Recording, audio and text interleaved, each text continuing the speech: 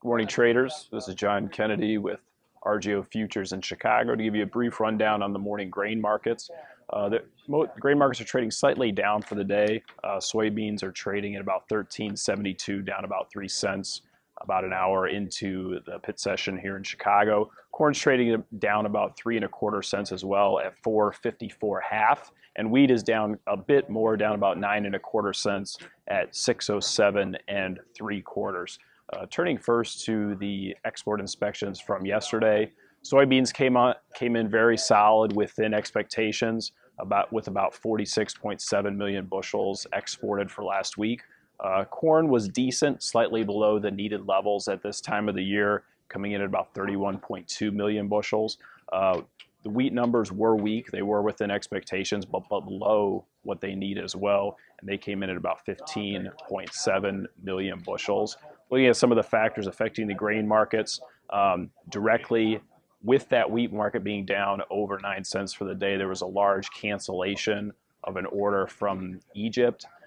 That was kind of offset with the beans. There was a large Chinese buy of old crop soybeans, which is helping the market, providing some firmness. Also, there was a brief blockage on the Mississippi north of New Orleans. There was a collision between two barges, and a resultant was a minor oil spill that has been cleaned up and opened. It was just a minor backlog in some of the barge traffic, so that's been resolved.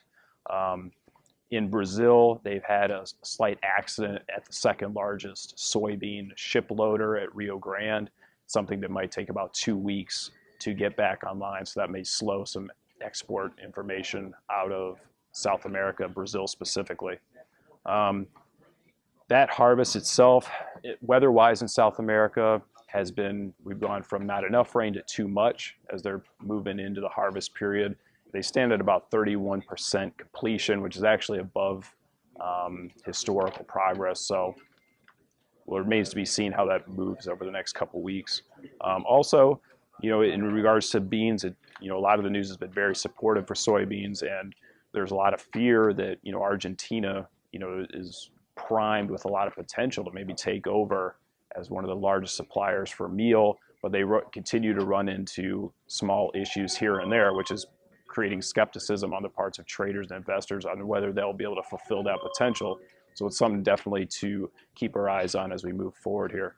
On that note, good trading, and I'll talk to you the next time from Chicago. I'm John Kennedy. Have a good day. Futures and options on futures may involve substantial risk and may not be suitable for all investors.